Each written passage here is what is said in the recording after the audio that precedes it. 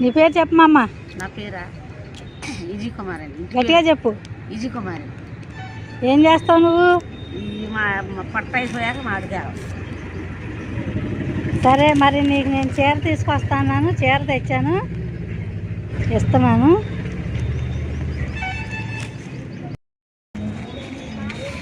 ఎలా నచ్చిందా చీర? జాకెట్ కింద పడింది చూడు. అది కలర్ ఇష్టమేనా? సరే, భోజనం చేసావు మరి? ఇంటికాడ చేసి ఇప్పుడే వచ్చాను. నువ్వు ఎన్ని సంవత్సరాల నుంచి చేస్తున్నావు? 40. ఒక్కదాని వండుకొని తింటావు, ఇంకా ఎవరి మీద ఆధారపడకుండా. ఇలా ఎన్ని సంవత్సరాల నుంచి? తాత చచ్చిపోయిన కాడి నుంచి. అది వరకే.